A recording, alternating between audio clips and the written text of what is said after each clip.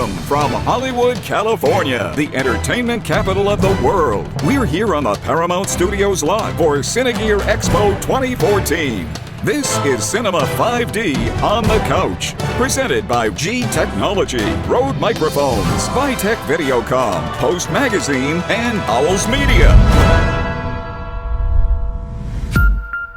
This is your host, Nino Leitner. Welcome to another episode of Cinema 5D on the Couch, this time for the first time in front of an audience here on the Paramount lot during CineGear 2014. Before we get this started, before I introduce our guests, I will just mention that this session is happening thanks to G Technology, who is our main sponsor. And for the audience here, there is a G-Dock EV to be won by any of you. So please stick around till the end and we'll do the live drawing at the end and somebody will walk home with the G-Dock EV. Okay, so let's introduce our guests. Today I'm happy to welcome Alex Buono and Adam Epstein, Skyped in from New York. They're both working on the Saturday Night Live film unit, right? Hi guys. Hello. How are you? This is very futuristic. It is. I mean, you see us there, but you are here. Yeah, we'll figure it out. It feels like Adam passed away 5 years ago, but we've I mean, captured some of his DNA. To attend a funeral at some point, right? So, how long have you guys been working together on Saturday Night Live? Yeah, when did you start? This was my 5th season, this last one. So compared to Alex, I just started, basically. And you are the senior editor, right? Yeah, so at SNL, working on the film pieces, there is our group, which is the film unit, and then there's another unit called Beast Unit, which are two great in-house directors, Matt and Oz, and one of our good friends, Kelly Brickner, who's an amazing editor. She cuts with them. And then the Good Neighbor dudes, they're a comedy team that kind of are an island unto themselves. And Dave McCrary is their director, and he edits all their stuff. Okay, cool.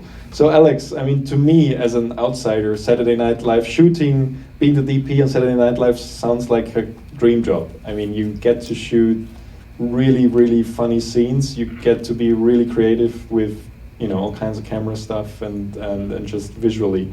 So how did you actually end up getting that gig, and how did it, come to become what it is now? I was very, very lucky in that when I started out and I went to film school, and when I got out of film school, I was a camera assistant for a few years. And while I was assisting, I would always try to keep shooting and just anything that anyone would let me shoot. So I was shooting, lots of short films and indie features and, crazy music videos and things. And eventually these very low budget independent films. And it just happened that one summer, while I was shooting this very, very low budget movie in North Carolina, the producer of the movie happened to be a producer for Saturday Night Live. And Saturday Night Live was on the summer hiatus. They take 4 months off every summer and everybody goes and does a movie, on their own. And so she was producing the movie and we got to know each other and became friendly and the movie itself was never even finished. It was just one of those low-budget movies that, kind of disappears. And yet, the best thing that came out of it was, we forged this friendship, and she invited me to, come and try shooting a commercial parody for Saturday Night Live. And it was kind of like, hey, you're cool, that was fun. You want to try shooting an SNL short film spot? And, I was 25 years old, and I honestly had no business shooting Saturday Night Live at the time. I barely understood. I thought I was a genius and I knew everything about cinematography and what else is there to learn. And but yeah, that was the first time I came out to New York and shot my first spot, and I've just been coming back and forth ever since. You're still moving back and forth every week. That's right. Yeah, no, that's the joke. I live in LA and I fly to New York. I commute to New York for work on a weekly basis. So it's sort of a Wednesday night I fly out, and then and it also sort of speaks to the crazy schedule that we have at the show. We prep on Thursday, we shoot on Friday, we broadcast on Saturday. So it's as creative as you can be in one day. So that's your USP, I guess, in New York. You're the guy from LA, the guy from Hollywood. Right? That's right. That's right. That's why they keep you on. Yeah, yeah. It's not because you're good. It's just that. When I first started, the first director that I worked with at the time, who's a legendary, old school New York director, Jim Signorelli, and I told him I'd been working at the show for about 2 seasons, and I kind of figured, hey, this is great. I'm really enjoying this. I was like, Jim, you know what? I decided I'm going to go ahead and I'm going to move to New York. I don't need to be in LA. I'm going to move to New York. And he looks at me and he's like, no, you can't move to New York. You're my LA guy. If you move to New York, I got to get another LA guy. And he really liked, sort of, telling people that I was, I flew in from LA to do this. Yeah, I think of Alex as almost the reverse version of, you have the New York people that move to LA, and then when they're hungry, they get like traditional New York bagels flown in, basically. Like, we need the real deal. Yeah. Yeah, so, exactly. Yeah, so I guess that's a compliment, yeah. And you, Adam, are you born and raised in New York, or? No. Did you come in from LA? I mean, originally, I went to school in LA, and then I lived there for about 5 years afterwards. And I've been in New York for about 7.5 years so far. But my background is mainly Southern California. Okay. So Saturday Night Live is very well known for their sketches all over the world. I mean, we even know it, although we don't have it on TV. But we, every now and then we're lucky enough to see some of the clips online, although they make sure that it's hard for us to actually watch them. But how has it changed visually since you have become involved? Because so much has happened in technology since 15, 20 years ago, and it's very the style you're filming this in is very filmic. Was it always like that, or has it become easier now that the technology is everywhere and approachable? Well. It's kind of, done a full circle where, I started in 1999, we were shooting on film stock. I mean, we were shooting 35 millimeter film stock on that same schedule, trying to shoot on a Friday, process Friday night, still finish the spot on Saturday, which was just, it was completely insane. It was unworkable. You just had no time to do any kind of post-production. And yet we did that for years, and the shows did that for years. I mean, they did that for years and years before I ever got there. And as soon as digital camera technology started enabling a different kind of workflow where you wouldn't have to go through, post-processing, you wouldn't have to go through telecine, we immediately jumped on that boat. And so in my time at the show, it's been this, constant evolution of technology where we went from 35 millimeter film stock to mini DV like overnight. And kind of just... How was that at the time? I think we were all in denial. I mean, we were just pretending like, because it was such a huge leap forward in terms of post workflow. I mean, it was so much easier to get these spots done in a day. We just were pretending like it just didn't look terrible. It looks just like film, and and then as every year there would be a new camera, we would try it, and it would get a little bit better and a little bit better, and you look where we are now, and it's funny because it's certainly night and day from like 2003 when we were all immersed in the DV revolution. Right. And the sort of, the bar that we're always trying to achieve is, well, we want it to look like film again. And I feel like we're just about there, where it's back to the film look that we were getting back in 1999 when I had no idea how to shoot anything. But we were shooting on film. Yeah, it's true. I remember when we were happy to get the first camera that was actually mini DV camera that was actually able to shoot progressive. Oh yeah, that's right. Wow. Yeah. DVX 100 and the Sony. I still have my 100A. Yeah, same as me. I couldn't, I still have it sitting at home because I shot my first documentary with that. I just can't sell that thing. That's why I have my HVX 200 that I will never part with. I don't want to shoot with it again, but... Yeah. You don't want to shoot low light with that camera. Yeah. No, you don't. So, the creative process in Saturday Night Live, I believe you guys have to move pretty quickly. I mean, the turnaround must be crazy. How many episodes, how many individual sketches does one show have, and how much lead time do you have to actually shoot one of those and edit one of those and put it out online and on air?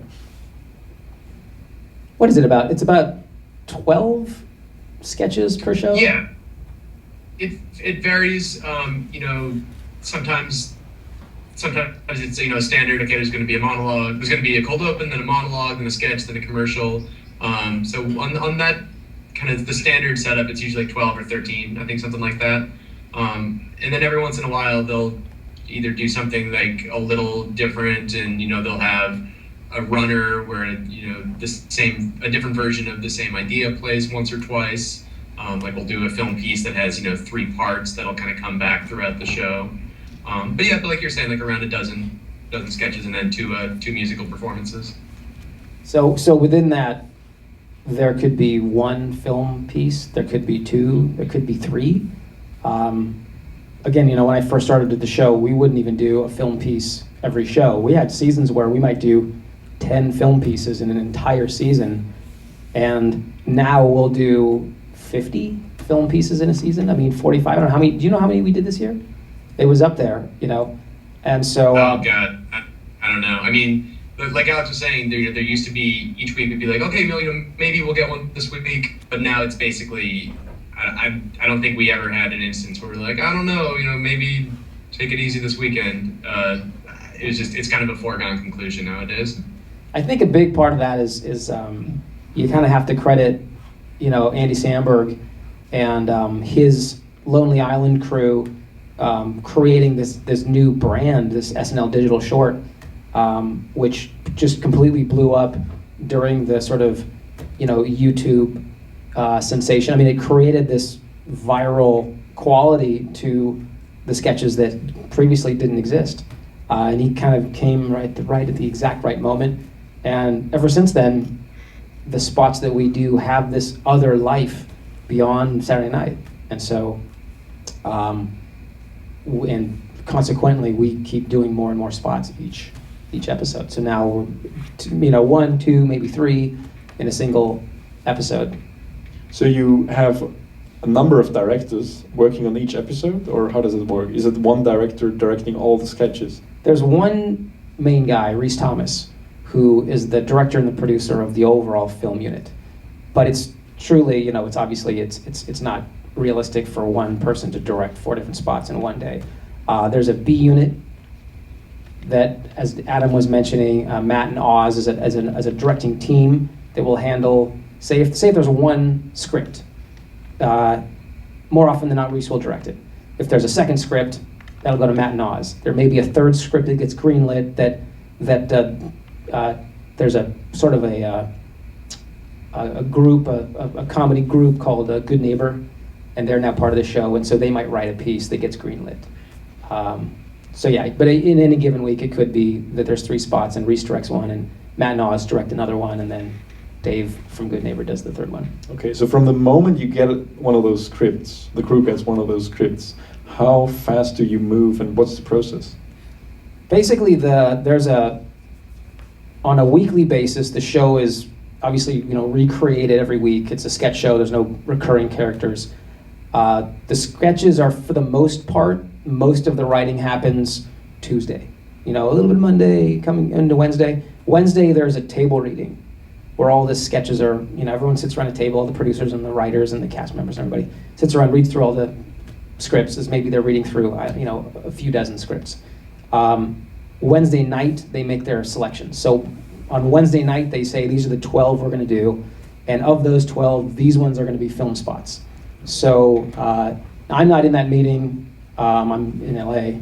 And I'll get a call from Reese, our director and our producer, who's in the meeting, and says, hey, this is our script. And he tells me about it, and then he emails me the script. And I think Adam finds out right about the same time. I get an email from Reese or a call from Reese or someone in production with the script, usually like Wednesday at like 6:30, 7 o'clock.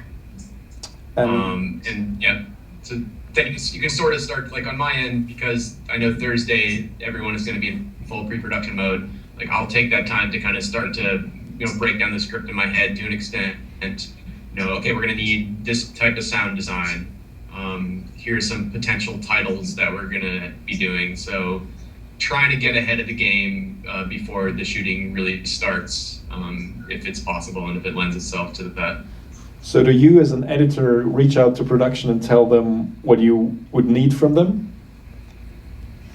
No, not so much. Like Reese and I will talk, especially if it's something, you know, where we're doing more often than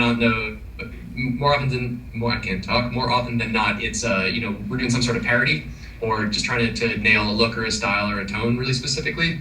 So, you know, let's say we're doing like an action trailer thing. I'll talk with Reese about, in the same way that Alex will, about, you know, shot composition or lighting or camera moves. We'll say, okay, in this piece that we really like as a good archetype of that, you know, the way that they have these like intense sound builds that then stop down hard, then kick back in a certain way, or, you know, every cut has some like sound hit under it, and, you know, everything's flutter cut and, you know, double layers and stuff. So just to kind of get my head around what the style or what we're going to be doing beforehand. But I'm not going to production saying like, we need this, or this would help. So, but it's like a creative discussion basically. You're involved from the moment the script is there, not just after the shooting is done. No, I mean, I think one of the best things about like our group having worked together on so many things now is everyone is bringing what they're good at to the table. Like no one's really walking in on something completely blind, because there's no time to come into something and be like, oh, what are we doing today? So you have to come in, you know, as prepared as possible, and, you know, as in the flow of what's happening as possible, or else it wouldn't really be able to get done, I don't think. It's also, I mean, it's the other unique thing. It's a really small team. You know, there's a handful of us. We're all in the same office. You know, we might prep on Thursday, shoot on Friday, and then what inevitably happens is Friday night, this small team, you know, we're all exhausted and we're done shooting, and then we'll go crash on the couch behind Adam, who's cutting the footage that we just shot. And I always think this must be so annoying for Adam, because this is like, now he's working and we're done and we're like sitting back or having a beer and just like laughing or joking or telling stories about how hard that was, and he's just sitting there just trying to work. Like, to me, it almost sounds like one of those 48, 24-hour film challenges what you do every week. I think that's a pretty good parallel. So yeah, and then it's finished by when it really goes on air on Saturday. It's like that same week. It's basically like three days, 4 days. Yeah, I mean, quick timeline is, you know, let's say it's a shoot that's going late into Friday night. We've definitely had ones that the final footage wasn't wrapped until the sun was out on Saturday morning this season. So, you know, if it's a crazy one like that, I'll start on set and start kind of just working remotely, just to, again, get ahead of the game, leave set, come back, get a couple hours of sleep, and then start up in the morning. And then we need a dress rehearsal cut ready to go to play in front of the live audience at around 8 o'clock. And then keep in mind, we're also doing a full telecine and a full overcut and a full mix on everything too, with outside color houses that we work with. And then that all has to be reconformed, and we're also doing, you know, a fair amount of After Effects and sound design, and it should never look like it was a day, though. You know, it should always be like, oh, that was a really cool, thought out, slick piece. So hopefully that's what we can do now. The hard deadlines are, it's gotta be done for the 8 p.m. Saturday dress rehearsal, and then it's gotta be finished, because the 8 p.m. version can even be, it's usually, you guys are usually done, but then maybe there'll be some notes, you know, between the dress rehearsal and the live show, where Adam and Reese will be told, hey, that was great, but trim 20 seconds, or hey, that was great, but I feel like there was a better take. Go, you know, it's you got an hour, go recut it, remix it, recolor correct, and the show starts at 11:30. The show always starts at 11:30, so that's, you have to be, you know, done by then. And I think I read in your... We've definitely... Sorry. We've definitely had a couple times where the changes between dress and air were pretty substantial structurally. And that's when things can get a little not hairy, because we haven't missed one yet, knock on wood, but that's when you're definitely very manic. We've had stuff where we're playing live to air 20 seconds ahead of the actual broadcast, where someone walked in and hit the space bar. If you're watching it on TV, it would freeze, and that that can be a little intense, but it's fun. It's like it becomes like a sport in that sense. On the editing side, how do you organize your workflow also when it comes to storage and how you save and backup all the data? Because there's not much time of dealing with stuff, and that also goes into the question what cameras you shoot on, because it obviously makes a big difference if you shoot on RAW or what I mean. It just takes time. Yeah. Why don't Alex start from the camera stuff first? Yeah, on the camera side, it definitely used to be. It's funny because this story has changed in the last year even. On the camera side, I mean, we tried shooting like with the original Red 1 a few years ago, and that was really a nightmare. And I figured, well, this will never happen again. We cannot deal with raw footage at this show with all of the processing time. And yet this season, we shot a few spots with the new Epic Dragon in RAW, in 6K, or I guess it was 5K we shot.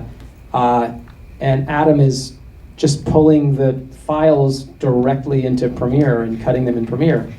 And it's like almost like I wasn't even thinking about it. We did one shoot this season with the new Sony F55, and I actually played it really conservative. I knew that the camera's capable of shooting RAW, but I felt like, but remember, and literally it's like, yeah, but remember the RAW thing, there's something in my brain that says don't risk it. And yet Adam could have easily just pulled those RAW files into Premiere and cut that natively. Yeah, even though with a F55 you can't influence the amount of compression in the RAW, right? Right, yeah. What you can do on the Red. Yeah. So our workflow is, I mean, it's pretty camera agnostic. It's just whatever we think is the right camera for the job. If we think it's an Alexa job, we'll use an Alexa. If we think it's an Epic job, we'll use an Epic. If we think it's a C300 job, we'll use a C300 and so forth. And then, we're, on Adam's end, he's kind of deal with whatever we shoot. Yeah, I mean, from a workflow perspective, we have, at the show, we have a big fiber sand where everything is dumped. I mean, we have, post PAs and producers we're either constantly shuttling drives as we're breaking camera, either giving it to me on set and I'm starting the edit there on like a MacBook Retina, just connected. We try to be Thunderbolt for everything now, just from as far as speed goes. And then if I'm starting on set, I'll basically take what I've got from production so far, and then the rest of the footage goes back to 30 Rock, put all of that into the central server, and then just relink that to our central server now, and then working again in native from the get-go until finish. Rarely rendering now, even if we're working in, a lot of times we'll either be working in, say, like native 4K, or working in downscaled 4K is like an HD timeline, knowing that that's going to be our final delivery. We're usually delivering like a 422 HQ ProRes or 444, depending on how much time we have. Not that anyone can ever tell the difference, and I defy you if you think that isn't the case. And the nice thing with that is, like, we have then the flexibility as far as, again, because our time is so quick to shoot, a close-up or to shoot a wide in, say, like just a dialogue scene.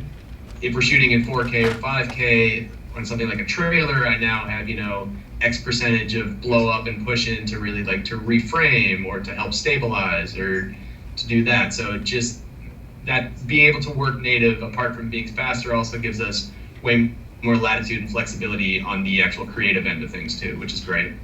It does. The thing that does make a big difference, obviously, is like how fast can we get footage to Adam? We're on set in Brooklyn. How fast can we download our media cards? How many shuttles can we be sending back to him? And so in that case, again, it's like the way that camera technology has changed so that our workflow is faster.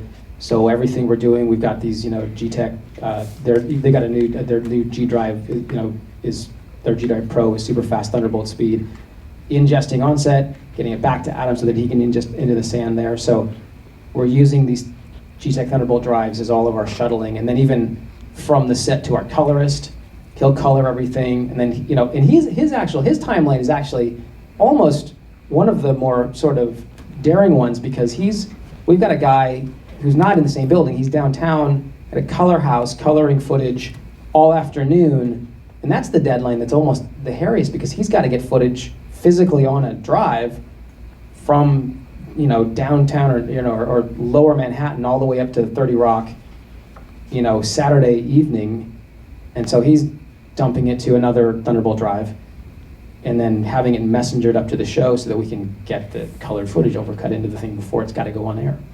Yeah, the funny thing is, if you talk to people from other industries where the more and more moves to the cloud, this is still far away from us, obviously. I mean, they I'm looking forward to a wireless G drive at some point, but it needs to be as fast as possible. Yeah, I agree. Yeah. But what would be a reason to shoot in 4K for you guys, other than being maybe forced to shoot in 4K if you want to use the full sensor on the Epic? But are there occasions where you actually don't have enough time for shooting? You just punch into those shots in post-production? Yeah, Adam, you can definitely speak to that. I mean, that's the idea. I'll speak to the two different scenarios where you would ever shoot 4K, right? You either want to be able to deliver in 4K for this sort of future-proofing thing, which clearly, I mean, why would NBC or Comcast not want us to do that? But from our sort of everyday, we got to put on a show perspective, there's a lot of advantages on our timelines to shoot in 4K so that Adam and Reese have the latitude in post to change a shot compositionally if they have to. And Adam, you can speak to that because you've done that a lot of times. Yeah, we worked on a piece this year, towards the end of the year. It was a trailer for a fake agency that arrests people if they don't like Beyonce. So that was a fun one. So it was very, very action centric. And on something like that, you're plussing the rhythm using a hard cut into a close up on the face. But we didn't have the time to shoot in each. It's late at night. They're doing a really quick turnaround. We don't have the time to. Okay, we're going to do a medium over the shoulder.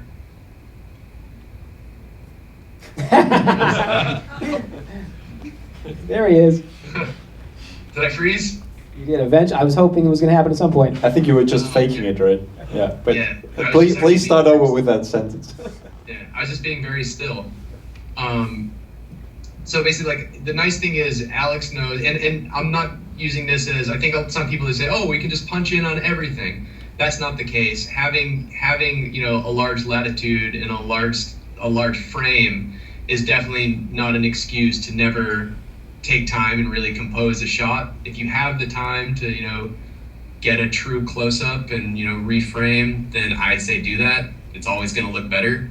But at the same time, in a pinch like we have, and using the tools that you have to know that you have, especially if you sharpen stuff a little bit, you can punch in like 70% basically, and no one will know the difference. It just gives you basically, each shot becomes 2 or 3 shots that you can then do something with.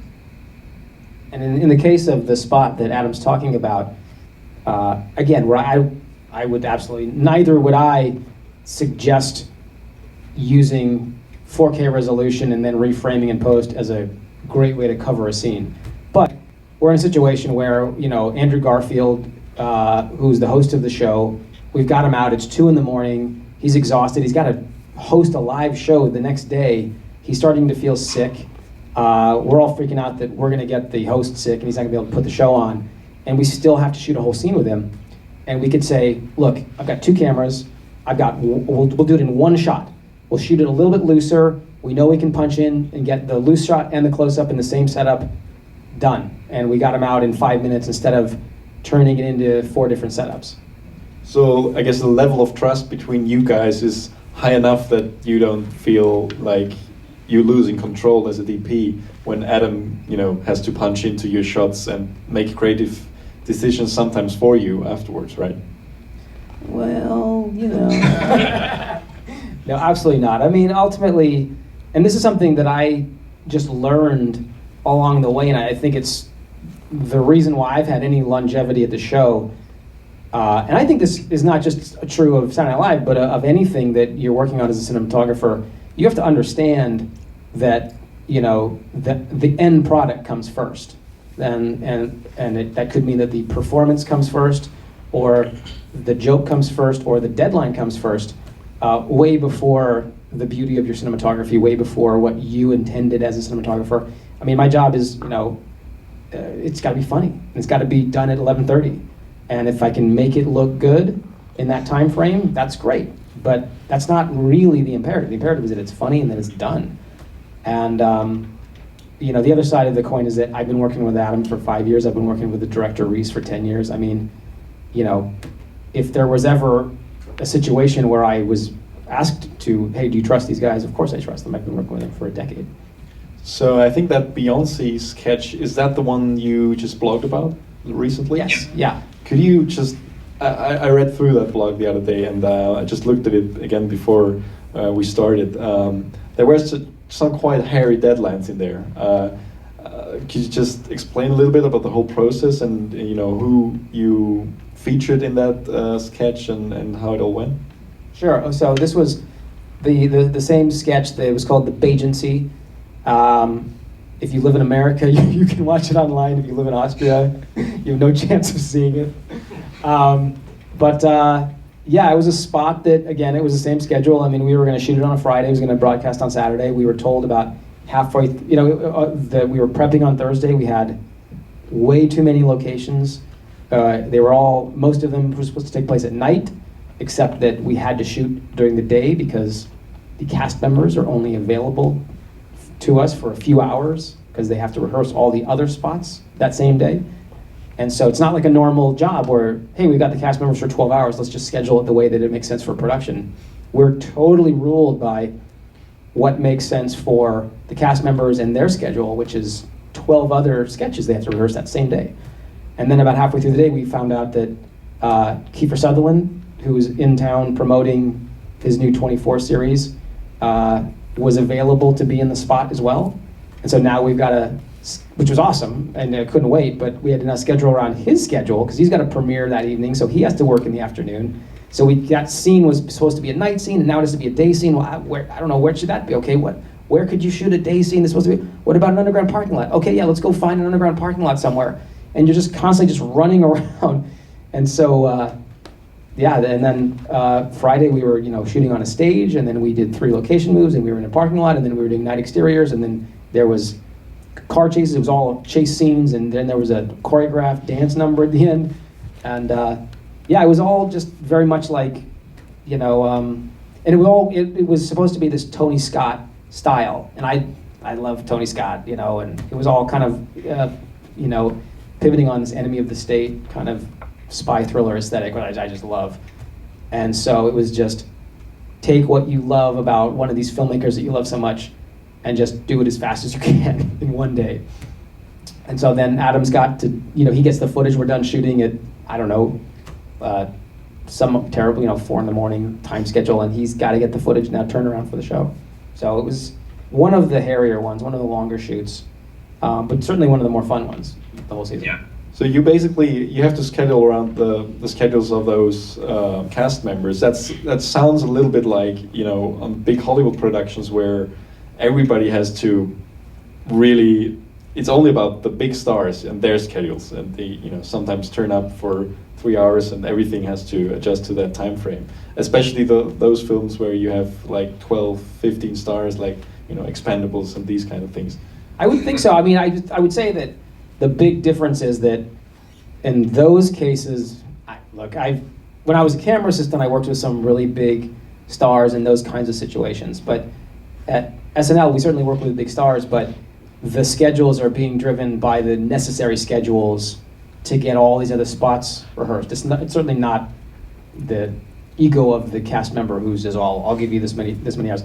We're really lucky. And I think this actually, there's just something about either being a cast member at Saturday Night Live or hosting Saturday Night Live. I think it's, I think that either they do a remarkable job of not selecting people who are jerks, or if you're the type of person who would want to host the show, you're not a jerk, but everybody's super cool. I mean, you don't deal with egos on set. Everybody's just really, really very fun to be with. I mean, they're all comedians. That's the material you're working with is comedy. So even if it's long hours or even if it's really stressful, you're laughing the whole time, which really helps. So there's, there are people changing through. You have like guest stars all the time, right? So how is it? Yeah. How do they already know what awaits them when they start working with you guys, or do you sometimes run into problems because they are not used to that fast turnaround? Yeah, we absolutely will have some situations where we're shooting a spot so fast that we actually had a spot. We did a parody of a Spike Jonze, his movie, Her. And we had Jonah Hill was going to be in it, or he was in it. And we expected to have, we'll have like 6 hours with Jonah, and we ended up having like 2 hours. Same spot though, and we just had every single setup lit, and we just raced him through as fast as we could. And at the end of it, he was kind of like, "That was amazing." He's like, that was seriously the craziest and most incredible thing that we just got through that so fast. Bravo. But he really didn't expect the speed at which we have to do these things. Is that a regular thing, or that somebody turns up and it's suddenly it's 2 hours instead of 6? Yeah, you just go with the flow. You could easily find out that there's so many moving parts. You could be, let's say that you have 2 or 3 film pieces shooting on a Friday and 12 sketches being rehearsed on a Friday, and it's the same cast member, the same guest host in every single thing. And so it's like, okay, well, he's going to be there shooting that film piece from 7 a.m. to 9 a.m., and then he's going to go back to the stage, and then he's going to rehearse that spot. You have him from 2 to 4, then he has to go back to the stage, and then there's a meal break. And at any point in that, it's film production. Anything can go wrong. We had to change that. We went long. So then, the guys that are scheduling at the show, I don't envy their job. But we could easily find out that, hey, we're not going to get him. He was held over in rehearsals. Oftentimes you find out we think we're going to get we think we're going to shoot in the evening, and then we find out you're not going to get him at all until after midnight. And then once it's after midnight, it's like, so he wants to go to bed. So can you get him done like in 45 minutes? I'm like we thought we had 6 hours. So here's a question for both of you. I think I don't have a lot of experience shooting comedy, but the little experience I have is sometimes you shoot something that you think or the director thinks is very funny on set, and then you edit it and it ends up not being funny at all. Does that happen as well, or how do you work around that? It's so much dependent on pacing. Ever. I don't know what you're talking about. Funny in, funny out, 100% of the time. No, I don't know. I think one of the things that I never consider myself anything other than very lucky about, apart from the fact that everyone I work with is great and we're friends and it's a good time, even if it's very stressful, is, people, they'll ask sometimes, well, why was that piece really funny? And a lot of times I say, because it had Bill Hader and Fred Armisen in it, and they're 2 of the funniest actors alive. Like, you can't, like, that's not something that you're gonna be, that if it doesn't come out right, that's because I screwed up, not because it wasn't right. When you're dealing with, just solid talent, you almost sometimes want to get out of their way and never cut around or never cut down what's actually good about what it is. So I'm saying that, like, it's always funny coming in and always funny coming out, but the level of the people that we're lucky enough to work with and shoot and edit, they're so good and they're so funny. It's hard sometimes to have it not work. You ever have that experience where you're on set and you're lighting a stand-in, and you don't know what's going on? It just doesn't, this lighting setup should look good, but it just looks horrible. And then the stand-in leaves, and then the movie star steps in, and you're like, oh my God, this looks amazing, I'm a genius. There's just something magical. That's why they're the star. They've got this charisma you can't bottle it, that you can't even you look at, and in the case of these comedians, they're just so legitimately funny that me reading the same line that they're reading is like not funny at all. But it's actually a really good question. Adam, I know from my end, people ask me all the time, how do you shoot comedy? Like, is it really like wide lenses? And I'm like, no, this isn't like, vaudeville. I mean, I think about trying to make it look as straight as possible.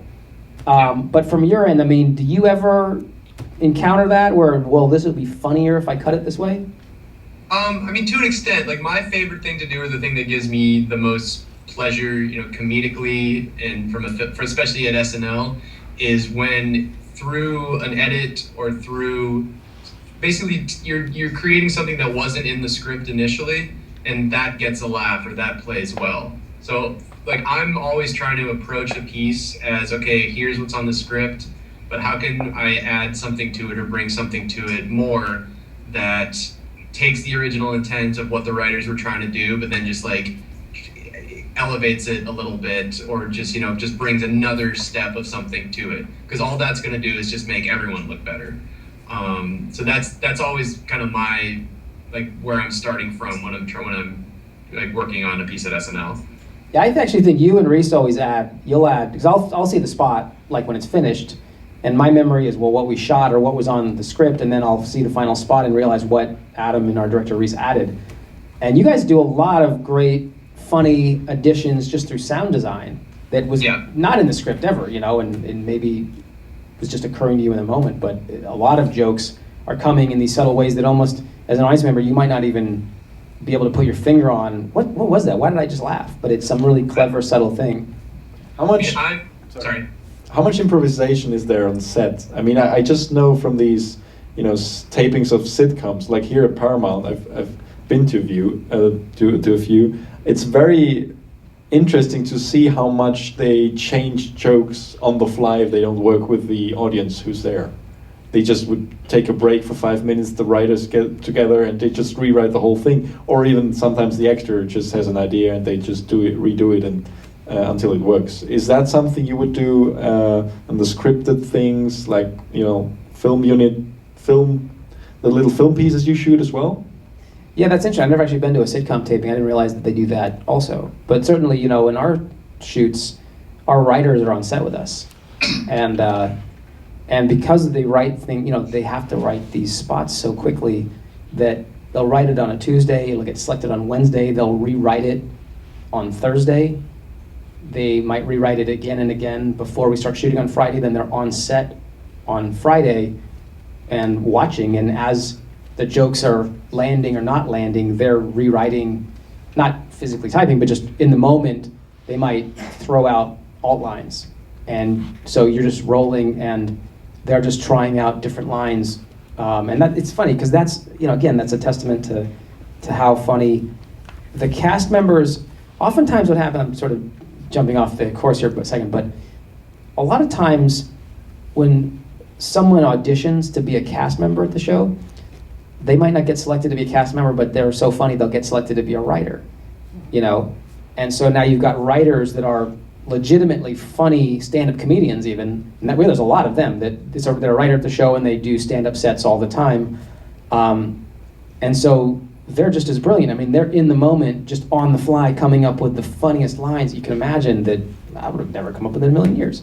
But, and so I suppose that's as improv-y as it gets. I mean, the shows it's definitely it's a scripted show, and there are improvisational moments, but they're tight scripts, they're funny scripts.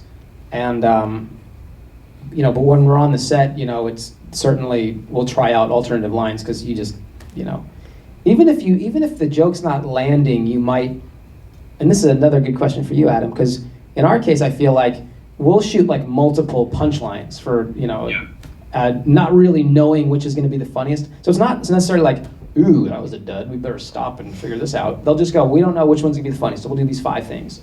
But then on your end, how does that work?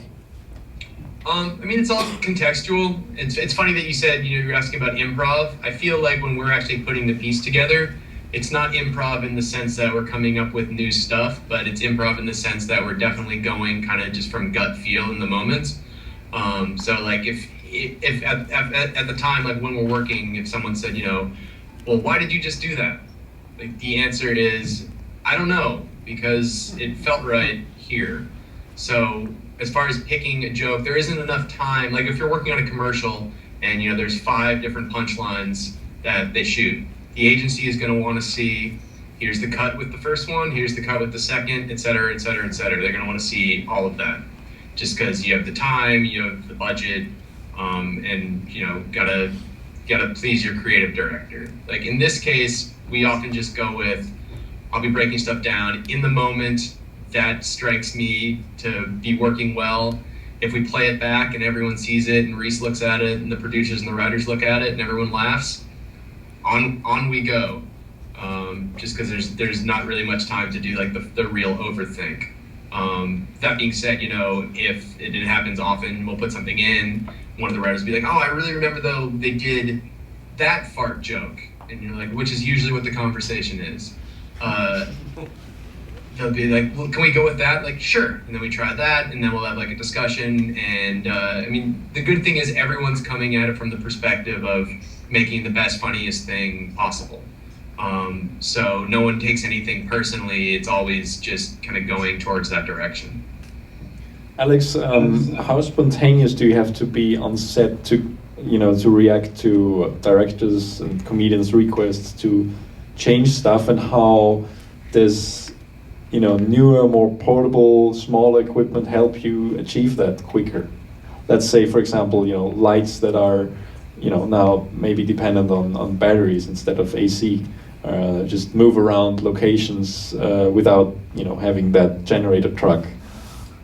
That's a great question and a great point. And it certainly depends on the spot. I think that, and the truth is that a lot of what we do, we could be on a soundstage, shooting on sets, and to some degree we're moving very quickly, but sometimes it's not that different from, any other TV show or movie. I mean, it's a big setup, we have a crew, or, we have a generator and all that. And then other times when we know, okay, well, regardless of, our budget, we've got to hit 8 locations today, so we can't, cable out from a generator, and we can't set up this big light, so we are, so on a shoot by shoot basis, we're selecting our gear to be as lightweight or as not lightweight as we need. I mean, the spot we were just talking about, we shot it with the Dragon, the Epic Dragon. Even though I honestly felt like, okay, for this kind of spot, it's got a real filmic, kind of real analog-like quality to it. It's trying to be like a Tony Scott movie. I feel like the Alexa is probably the right choice for this, but the Epic Dragon is so much lighter and so much smaller, and we can move so much faster. And I know I'm running around handheld a lot, and for all these reasons, and we'll be shooting a lot of off speeds, and it will be nice to have the extra resolution if we have to punch in. So we'll select that camera. And having these super lightweight and small options are kind of necessary for what we're doing. Cool.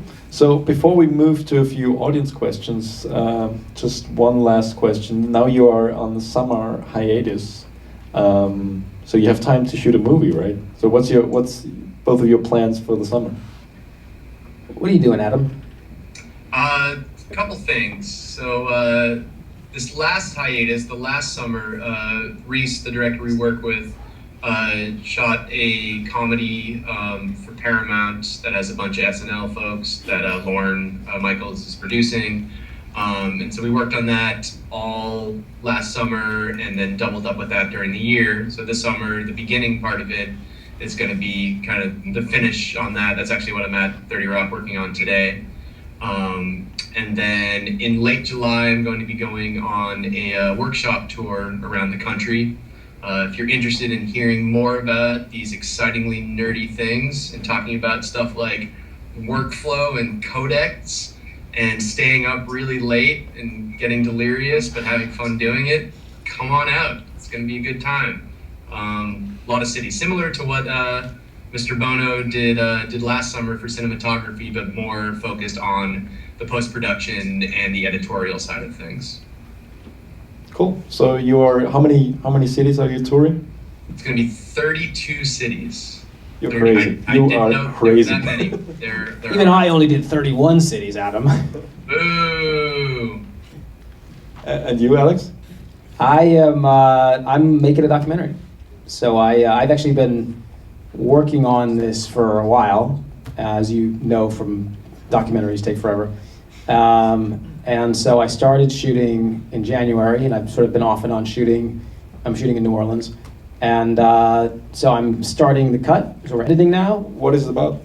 It's about, it's kind of set in the immigration reform, deportation kind of world. It's a really wild story about a sort of a vigilante story set in that world. Yeah, so we're editing and shooting and editing. And that's going to be on TV? Hopefully it's going to movies. I mean, it's a feature-length thing, and we'd like to take it to a festival like Sundance or Toronto or something. Cool. So we're looking forward to that. Yeah. It's going to be really cool. It's a great story. Are you editing this, Adam?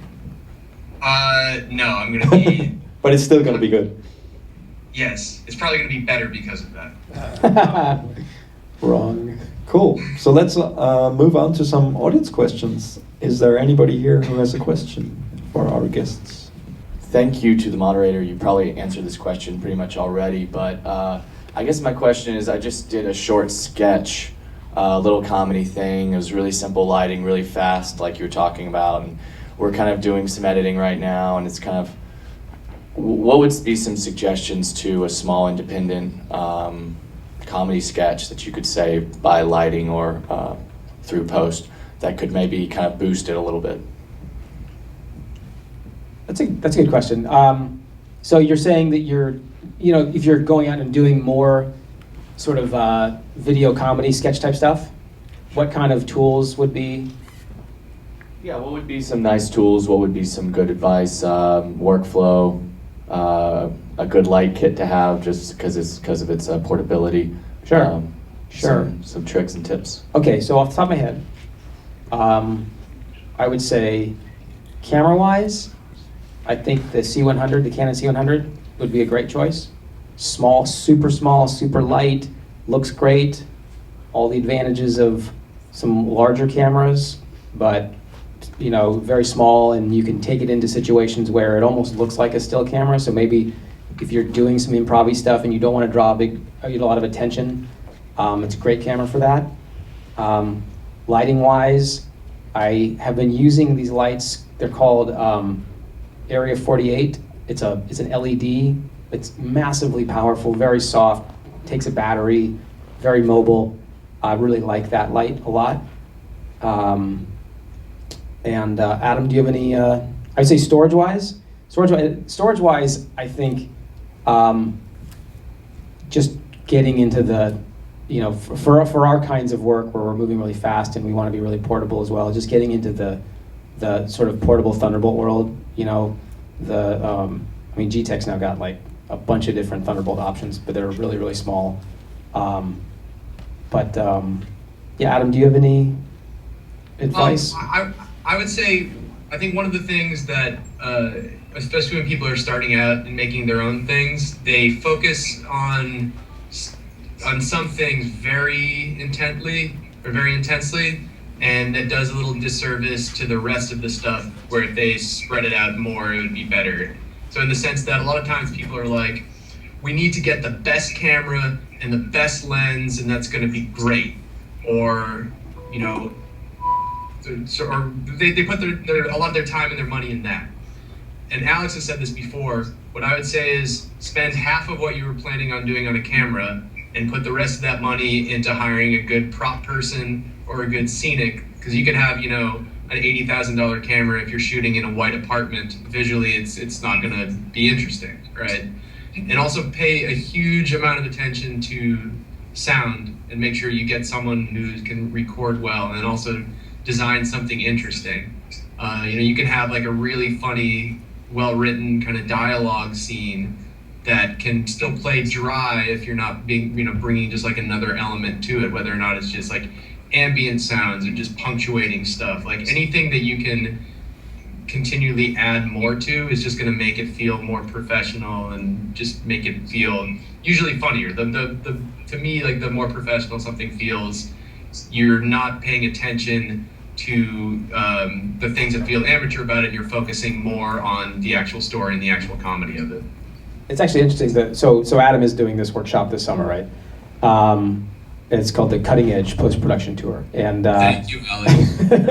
and actually, the thing that I'm personally the most looking forward to seeing is Adam talking about sound design, not about tricks to cutting comedy, but how sound design is this thing that is just the last thing you think about, and yet it adds that polish, that finish, that and in a lot of cases jokes. I mean, it makes things funnier that I think people just don't get how important that is, or they don't really even know what to do. It's so kind of beyond your camera, and did you light it well? Because you could light it great and perfect cuts, but what's wrong? It's not quite finished. It's this extra layer like sound design that, anyway, I'm looking forward to that part of your workshop. From a quick once over on sound, people always talk about, it's 50-50. You need beautiful picture and good sound. Taking nothing away from talented cinematographers like Alex, I think it's weighted far heavier towards sound, personally. Think of it in the sense that you could shoot something on an iPhone or something like, the Blair Witch Project. The reason those work is because they have like a full professional sound bed behind them. Versus if you're shooting something on 70 millimeter and projecting it in IMAX, and then someone comes out and the second they start talking, it sounds echoey and tinny, you are immediately taken out of it. You can't watch it for 2 seconds. So if you're grounded in like a solid, like really round, good base of sound, it's gonna let people be that much more into whatever you're doing.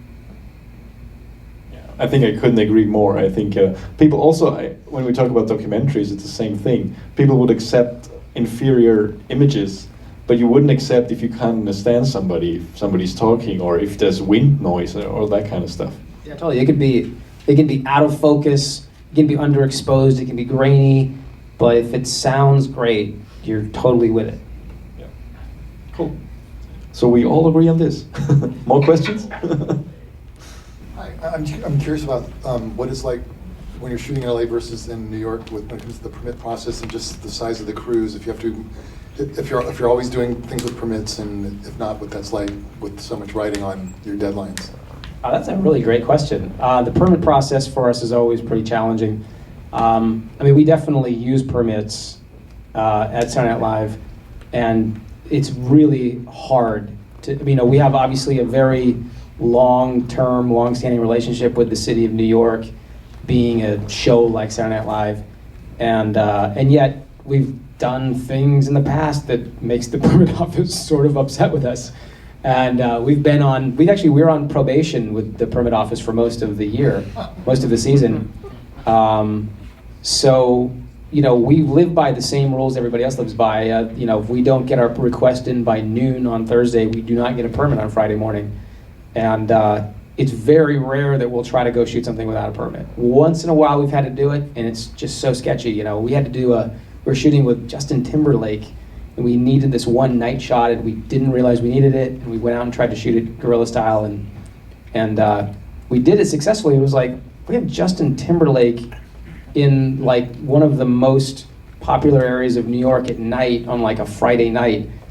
We did another spot where we had Andy Samberg and Jason Sudeikis in Times Square with no permit, but it was we planned it like it was like a caper. I was standing there, I had a C300, but it was a really small camera, and I had it down low, and they pulled up in a van, and they just jumped out. We needed one shot with them. We jumped out, we got the shot. I had a PA was shooting it on an iPhone the whole time. Spinning around. Yeah, and I think they were physically out of the van for 45 seconds.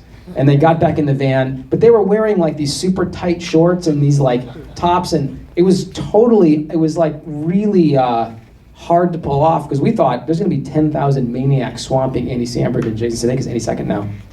And they were gone before anybody, and then everyone sort of looked around like, is that, what? And they were gone. But it was, we have to get permits and live by the rules that everybody else has to live by. And it's definitely challenging. And certainly we have not gotten better locations because we didn't get our permit in. Thanks so much, guys. Unfortunately, we have to wrap it up here. I think we could talk for hours and hours. It's been a lot of fun.